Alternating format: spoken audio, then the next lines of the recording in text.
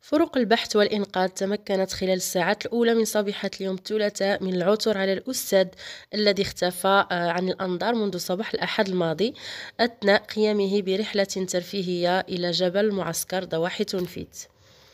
وحسب المعلومات التي وفرتها السلطات ذاتها، فإن الفرق ذاتها عثرت على الأستاذ المختفي بسافلة جبل المعسكر الواقع بالمنطقة المعروفة بتمالوت التابع لجامعة تونفيت إقليم ميدالت، مشيرة إلى أن الضحية تعرض لكسور مختلفة مما أدى إلى نقله على وجه السرعة إلى المستشفى الإقليمي الحسن الثاني بميدالت لتلقي العلاجات.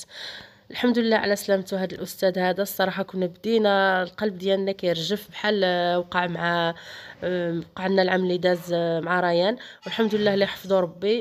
تصاب يعني مشى غي يتسارى ويدير رحله استكشافيه حتى طاح مسكين في واحد المنحدر وتهرس من رجليه بجوج. كنتمناو له الشفاء العاجل، والحمد لله الحمد لله اللي السلطات ديال ميدالت والساكنه والزملاء ديالو والتلاميذ حتى هما مساكن يعني كل شيء تطوعوا باش انهم على وجه السرعه بداو البحث عليه، والا كان مسكين تجمد من هذا البرد هذا اللي كاين قاصح.